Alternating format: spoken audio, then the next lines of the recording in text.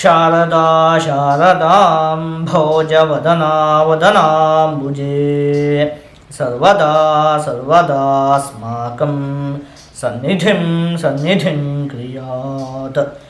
ಸಮಸ್ತ ವೀಕ್ಷಕರಿಗೂ 2026ನೇ ಸಾಲಿನ ಮೀನರಾಶಿಯ ವರ್ಷ ಭವಿಷ್ಯದ ಕಾರ್ಯಕ್ರಮಕ್ಕೆ ಸುಸ್ವಾಗತ. ನೋಡಿ, 2026ನೇ ಸಾಲಿನಲ್ಲಿ ಮೀನರಾಶಿಯವರಿಗೆ ಏನೇನು ಫಲಪ್ರಾಪ್ತಿ ಆಗುತ್ತೆ ಅಂತ ಹೇಳಿ ನಾವು ನೋಡ್ತಾ ಹೋಗೋಣ. ಅದಕ್ಕಿಂತಲೂ ಮೊದಲು ನಾನು ನಿಮಗೊಂದು ವಿಷಯವನ್ನು ಹೇಳಬೇಕು. ಅದೇನು ಅಂಥೇಳಿ ಆದರೆ, ಈ ವರ್ಷದ ಅಕ್ಷಯ ತೃತೀಯದಂದು ಅಂಥೇಳಿ ಆದರೆ ಏಪ್ರಿಲ್ ತಿಂಗಳ 20ನೇ ತಾರೀಖಿನಂದು ನಾವು ಶೃಂಗೇರಿಯಲ್ಲಿರುವಂತಹ ನಮ್ಮ ಯಾಗಶಾಲೆಯಲ್ಲಿ ಶ್ರೀಸೂಕ್ತ ಹೋಮ, ಸರಸ್ವತಿ ಹೋಮ ಮತ್ತು ದುರ್ಗಾ ಹೋಮವನ್ನು ಹಮ್ಮಿಕೊಂಡಿದ್ದೇವೆ. ನೋಡಿ, ಶ್ರೀಸೂಕ್ತ ಹೋಮವನ್ನು ಮಾಡುವುದರಿಂದಾಗಿ ಹಣಕಾಸಿನ ವಿಚಾರದಲ್ಲಿ ಅಭಿವೃದ್ಧಿ ಉಂಟಾಗುತ್ತೆ ಮತ್ತು ಉದ್ಯೋಗಾದಿ ವಿಚಾರಗಳಲ್ಲಿಯೂ ಕೂಡ ಅಭಿವೃದ್ಧಿ ಉಂಟಾಗುತ್ತೆ. ಇನ್ನು ಸರಸ್ವತಿ ಹೋಮದಿಂದಾಗಿ ಮಕ್ಕಳ ವಿದ್ಯಾಭ್ಯಾಸದ ವಿಚಾರದಲ್ಲಿ ಒಂದಷ್ಟು ಅಭಿವೃದ್ಧಿ ಅನ್ನುವಂಥದ್ದು ಉಂಟಾಗುತ್ತೆ. ದುರ್ಗಾ ಹೋಮದಿಂದಾಗಿ ನಿಮ್ಮ ಕುಟುಂಬಕ್ಕೆ ರಕ್ಷಣೆ ಅಂತ ಹೇಳುವಂಥದ್ದು ಪ್ರಾಪ್ತಿಯಾಗುತ್ತೆ. ಹಾಗಾಗಿ ಒಂದು ವರ್ಷದಲ್ಲಿ ಒಂದು ಕುಟುಂಬದ ಎಲ್ಲ ರೀತಿಯಿಂದಲೂ ಕೂಡ ಅಭಿವೃದ್ಧಿ ಉಂಟಾಗಬೇಕು ಅಂತ ಹೇಳುವಂತಹ ಕಾರಣಕ್ಕಾಗಿ ಈ 3 ಹೋಮಗಳನ್ನು ನಾವು ಹಮ್ಮಿಕೊಂಡಿದ್ದೇವೆ.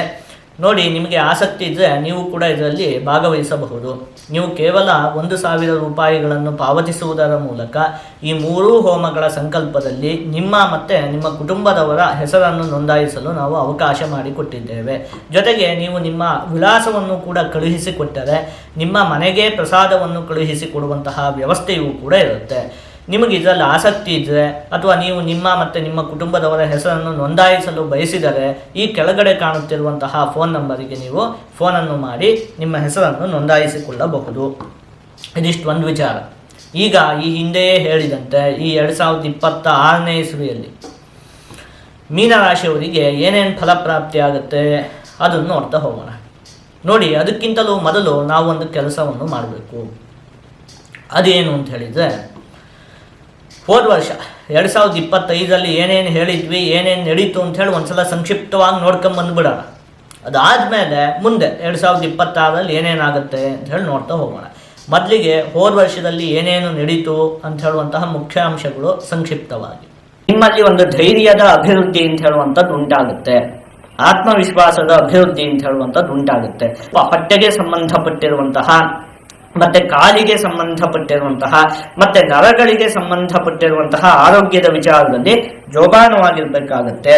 ಆದಷ್ಟು ನೀವು ಜೂಜಿನಿಂದ ದೂರ ಇರಬೇಕು. ಜೂಜು ಆಟವನ್ನು ಆಡುವಂಥದ್ದು, ಏನೋ ಅದೃಷ್ಟಕ್ಕೆ ಸಂಬಂಧಪಟ್ಟಿರುವಂಥದ್ದು, ಅಂದ್ರೆ ಏನ್ ಹೇಳಿ, ನಾಳೆ ಬೆಳಿಗ್ಗೆ ಆಗೋದ್ರೊಳಗಡೆ ನಾನು ಶ್ರೀಮಂತ ಆಗ್ಬಿಡ್ತೀನಿ ಅಂತ ಹೇಳಿ ಏನನ್ನಾದ್ರೂ ಮಾಡುವುದಕ್ಕೆ ಹೋದ್ರೆ, ಅಂದ್ರೆ ಅಡ್ಡದಾರಿಯನ್ನು ಹಿಡಿಯುವುದಕ್ಕೆ ಹೋದ್ರೆ ಅದರಿಂದ ತುಂಬಾ ಸಮಸ್ಯೆ ಅಂತ ಹೇಳುವಂಥದ್ದು ಉಂಟಾಗುತ್ತೆ.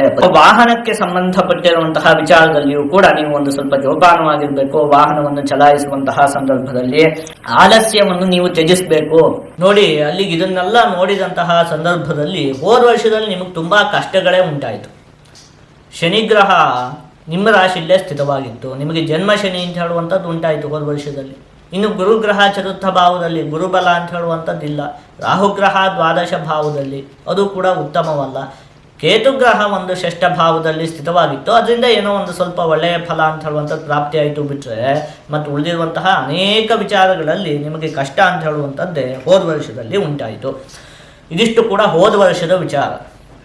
ಇದೀಗಾಗೋಯ್ತು. ಇನ್ನು ಮುಂದೆ ಏನಾಗುತ್ತೆ 2026ನೇ ಸಾಲಿನಲ್ಲಿ ಅದನ್ನು ನಾವು ನೋಡ್ತಾ ಹೋಗೋಣ. ನೋಡಿ, ನಾವು ಒಂದು ವರ್ಷದ ಭವಿಷ್ಯವನ್ನು ವಿವೇಚನೆ ಮಾಡುವಂತಹ ಸಂದರ್ಭದಲ್ಲಿ ಪ್ರಮುಖವಾಗಿ 4 ಗ್ರಹಗಳನ್ನು ಪರಿಗಣನೆಗೆ ತೆಗೆದುಕೊಳ್ಬೇಕಾಗುತ್ತೆ. ರಾಹುಗ್ರಹ, ಕೇತುಗ್ರಹ, ಗುರುಗ್ರಹ ಮತ್ತು ಶನಿಗ್ರಹ. ಇದರಲ್ಲಿ ಈ ವರ್ಷದಲ್ಲಿ ರಾಹು ಕೇತುಗ್ರಹಗಳು ಬದಲಾವಣೆಯನ್ನು ಹೊಂದುತ್ತವೆ. ಯಾವಾಗ ಹೇಳಿ? ಡಿಸೆಂಬರ್ ತಿಂಗಳಲ್ಲಿ ಕೊನೆಗೆ.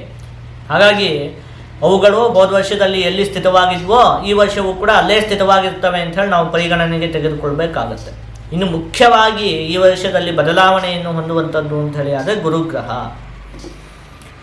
ಆ ಗುರುಗ್ರಹ ಈ ವರ್ಷದಲ್ಲಿ 3 ರಾಶಿಯಲ್ಲಿ ಸಂಚಾರವನ್ನು ಮಾಡುತ್ತೆ.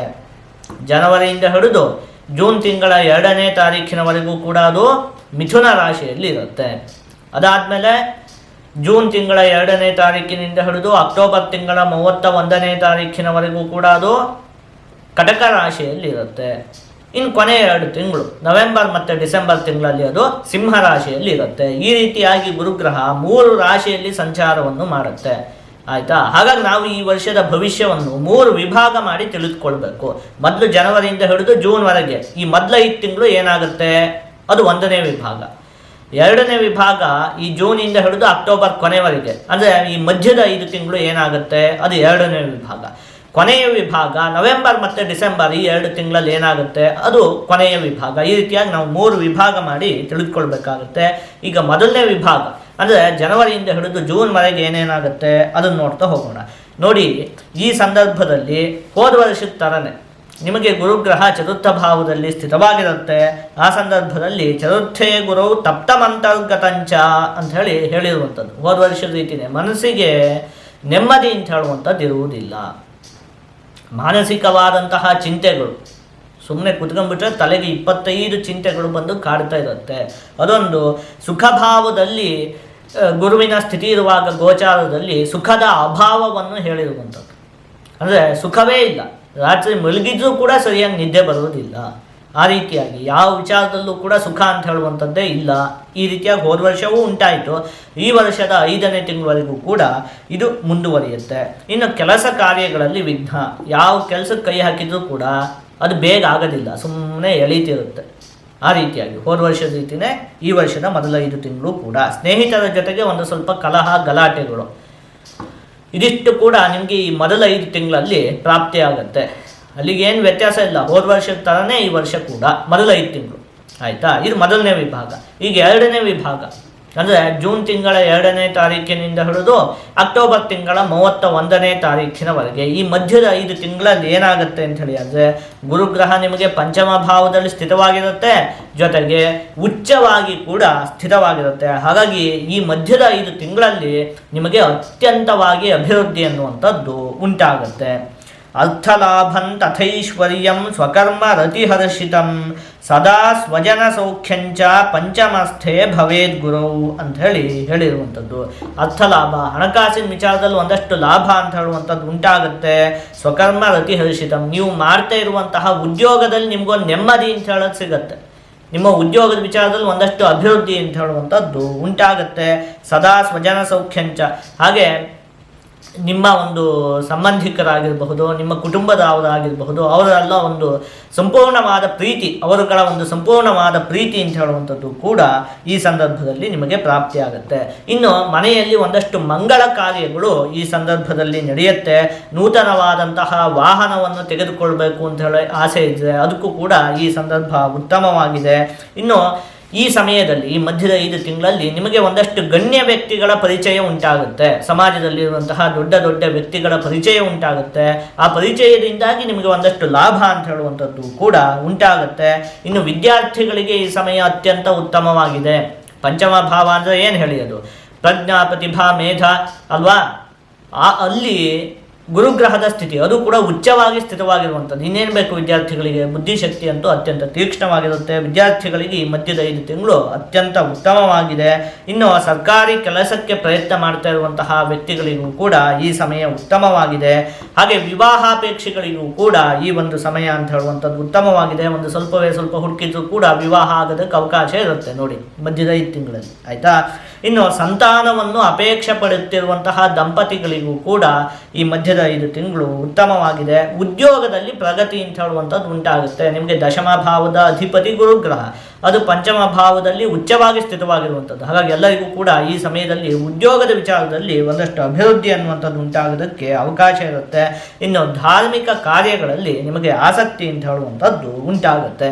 ನೋಡಿ, ಈ ಮಧ್ಯದ 5 ತಿಂಗಳಿದೆಯಲ್ಲ ಅದು ಅತ್ಯಂತ ಉತ್ತಮವಾಗಿದೆ. ನಿಮಗೆಲ್ಲ ವಿಚಾರದಲ್ಲಿಯೂ ಕೂಡ ಅಭಿವೃದ್ಧಿ ಅನ್ನುವಂಥದ್ದು ಉಂಟಾಗುತ್ತೆ. ಇದೀಗ 2ನೇ ವಿಭಾಗ ಆಯಿತು.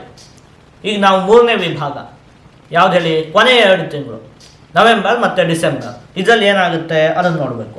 ಷಷ್ಠೇ ಗುರೌ ವಿಘ್ನಯುಕ್ತೋ ಬಹುಶತ್ರುಶ್ಚ ನಿಷ್ಠುರಃ ಉದ್ವೇಗಿ ಮತಿಹೀನಶ್ಚ ಕಾಮುಕೋ ಜಾಯತೆ ಜನಃ ಅಂತ ಹೇಳಿರುವಂಥದ್ದು. ವಿಘ್ನಯುಕ್ತ ನೋಡಿ, ಯಾವ ಕೆಲಸಕ್ಕೆ ಕೈ ಹಾಕಿದ್ರು ಕೂಡ ನಿಮಗೆ ವಿಘ್ನಗಳೇ ಉಂಟಾಗುತ್ತೆ. ಕೊನೆಯ 2 ತಿಂಗಳು ಚೆನ್ನಾಗಿಲ್ಲ. ಆಯಿತಾ? ಮೊದಲು ಇತ್ತಲ್ಲ ಅದೇ ಥರನೇ ವಿಘ್ನಯುಕ್ತ. ನೀವು ಯಾವ ಕೆಲಸ ಕೈ ಹಾಕಿದ್ರು ಅದ್ರಲ್ಲಿ ಬರೀ ವಿಘ್ನಗಳೇ. ಹಾಗಾಗಿ ಏನು ಮಾಡ್ಬೇಕು ಹೇಳಿ, ನಿಮ್ದು ಏನೇ ದೊಡ್ಡ ದೊಡ್ಡ ಕೆಲಸ ಇದ್ರೂ ಕೂಡ ಈ ಮಧ್ಯದ 5 ತಿಂಗಳು ಇದೆಯಲ್ಲ, ಜೂನ್ ತಿಂಗಳ 2ನೇ ತಾರೀಕಿನಿಂದ ಹಿಡಿದು ಅಕ್ಟೋಬರ್ ತಿಂಗಳ 31ನೇ ತಾರೀಕಿನವರೆಗಿನ ಸಮಯದಲ್ಲಿ ನೀವು ಮಾಡ್ಕೊಂಡ್ಬಿಡ್ಬೇಕು. ಮೊದಲ 5 ತಿಂಗಳು ಚೆನ್ನಾಗಿಲ್ಲ, ಕೊನೆ 2 ತಿಂಗಳು ಕೂಡ ಹಾಗೇ ಇದೆ. ಯಾವ ಕೆಲಸಕ್ಕೆ ಕೈ ಹಾಕಿದ್ರು ಕೂಡ ಅದ್ರಲ್ಲಿ ವಿಘ್ನಗಳೇ ಉಂಟಾಗೋದಕ್ಕೆ ಅವಕಾಶ ಇದೆ. ಹಾಗಾಗಿ ಆಯಿತಾ. ಇನ್ನು ಬಹುಶತ್ರುಶ್ಚ, ಒಂದು ಸ್ವಲ್ಪ ಜನ ಎಲ್ಲ ಶತ್ರುಗಳು ಉಂಟಾಗ್ತಾರೆ, ಸುಮ್ಮನೆ ಗಲಾಟೆಗಳು ಇತ್ಯಾದಿಗಳೆಲ್ಲ ಉಂಟಾಗೋದಕ್ಕೆ ಅವಕಾಶ ಇರುತ್ತೆ ಈ ಒಂದು ಕೊನೆಯ ಒಂದು 2 ತಿಂಗಳಲ್ಲಿ. ವಿಶೇಷವಾಗಿ ನೀವು ಈ ಸಮಯದಲ್ಲಿ ಒಂದು ಸ್ವಲ್ಪ ಆರೋಗ್ಯದ ಬಗ್ಗೆ ಕಾಳಜಿಯನ್ನು ವಹಿಸಬೇಕಾಗತ್ತೆ. ಗುರುಗ್ರಹ ಷಷ್ಠಭಾವದಲ್ಲಿ ಸ್ಥಿತವಾಗಿರೋದ್ರಿಂದಾಗಿ ಆರೋಗ್ಯದ ಬಗ್ಗೆ ಒಂದು ಸ್ವಲ್ಪ ಕಾಳಜಿಯನ್ನು ವಹಿಸಬೇಕಾಗತ್ತೆ ಕೊನೆಯ 2 ತಿಂಗಳಲ್ಲಿ. ಇದಿಷ್ಟು ಕೂಡ ಒಂದು ವಿಚಾರ. ಇನ್ನು ಈ ಶನಿಗ್ರಹ ಇದೆಯಲ್ಲ, ಅದು ನಿಮ್ಮ ರಾಶಿಯಲ್ಲೇ ಸ್ಥಿತವಾಗಿರುವಂಥದ್ದು. ಹೋದ ವರ್ಷ ಕೂಡ ನಿಮ್ಮ ರಾಶಿಯಲ್ಲೇ ಸ್ಥಿತವಾಗಿತ್ತು, ಅದು ಈ ವರ್ಷವೂ ಕೂಡ ನಿಮ್ಮ ರಾಶಿಯಲ್ಲೇ ಸ್ಥಿತವಾಗಿರುತ್ತೆ. ಹಾಗಾಗಿ ನಿಮಗೆ ಜನ್ಮಶನಿ ಅಂತ ಹೇಳುವಂಥದ್ದು ನಡೀತಾ ಇದೆ. ಆ ಸಂದರ್ಭದಲ್ಲಿ ಪ್ರಥಮೇ ರವಿಜೆ ವಿಷವನ್ಹಿ ಹತಃ ಸ್ವಜನೈರ್ ವಿಯುತಃ ಕೃತಬಂಧವದಃ ಪರದೇಶಮುಪೇತ್ಯ ಸುಹೃದ್ಭವನೆ ವಿಮುಖಾರ್ಥ ಸುತೋ ಅಟನೋ ದೀನಮುಖ ಅಂತ ಹೇಳಿರುವಂಥದ್ದು. ಮುಖ್ಯವಾಗಿ ತಿನ್ನುವಂತಹ ಆಹಾರವೇ ಒಂದು ಸ್ವಲ್ಪ ವಿಷವಾಗುವುದಕ್ಕೆ ಅವಕಾಶ ಇರುತ್ತೆ. ಏನೋ ತಿಂತೀರಿ, ಅದು ಸರಿಯಾಗಿ ಜೀರ್ಣವಾಗದೇ ಇರುವಂಥದ್ದು ಇರಬಹುದು. ತಿನ್ನುವಂತಹ ಆಹಾರದಿಂದಲೇ ನಿಮಗೆ ಒಂದು ಸ್ವಲ್ಪ ಅನಾರೋಗ್ಯದ ಸಮಸ್ಯೆಗಳು ಉಂಟಾಗೋದಕ್ಕೆ ಅವಕಾಶ ಇರುತ್ತೆ ಅಲ್ವಾ.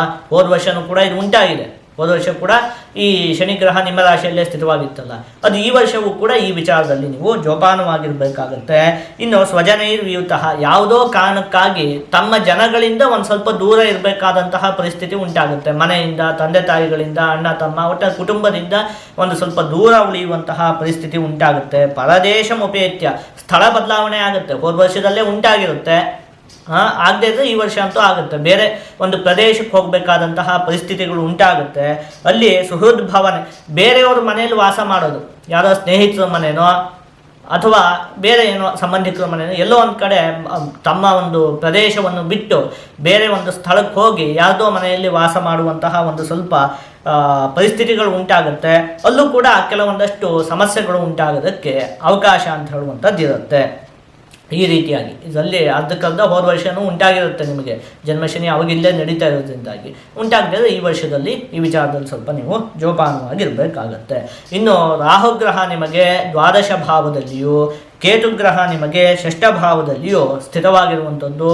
ಹಾಗಾಗಿ ಮುಖ್ಯವಾಗಿ ನೀವು ಹೊಟ್ಟೆಗೆ ಸಂಬಂಧಪಟ್ಟಿರುವಂಥದ್ದು, ಕಾಲಿಗೆ ಸಂಬಂಧಪಟ್ಟಿರುವಂಥದ್ದು, ನರಗಳಿಗೆ ಸಂಬಂಧಪಟ್ಟಿರುವಂತಹ ಆರೋಗ್ಯದ ವಿಚಾರದಲ್ಲಿ ಒಂದು ಸ್ವಲ್ಪ ನೀವು ಜೋಪಾನವಾಗಿರಬೇಕಾಗತ್ತೆ. ಅದರಲ್ಲೂ ಕೂಡ ವಿಶೇಷವಾಗಿ ಯಾವಾಗ ಹೇಳಿ, ಕೊನೆ 2 ತಿಂಗಳು ನವೆಂಬರ್ ಮತ್ತು ಡಿಸೆಂಬರ್, ವರ್ಷ ಇಡೀ ಹುಷಾರಾಗಿರಬೇಕು. ಕೊನೆ 2 ತಿಂಗಳು ವಿಶೇಷವಾಗಿ ನವೆಂಬರ್ ಮತ್ತು ಡಿಸೆಂಬರ್ ತಿಂಗಳಲ್ಲಿ ನೀವೊಂದು ಸ್ವಲ್ಪ ಈಗ ಹೇಳಿದಂತಹ ಆರೋಗ್ಯದ ವಿಚಾರದಲ್ಲೆಲ್ಲ ಜೋಪಾನವಾಗಿ ಇರಬೇಕಾಗುತ್ತೆ. ಅಲ್ಲಿಗೆ ಇದಿಷ್ಟನ್ನು ಕೂಡ ನಾವು ನೋಡಿದಂತಹ ಸಂದರ್ಭದಲ್ಲಿ ಮೊದಲ 5 ತಿಂಗಳು ಇದೆಯಲ್ಲ, ಅದು ನಿಮಗೆ ಚೆನ್ನಾಗಿಲ್ಲ. ಹೋದ ವರ್ಷದ ರೀತಿಯೇ ಏನೂ ವ್ಯತ್ಯಾಸ ಇಲ್ಲ.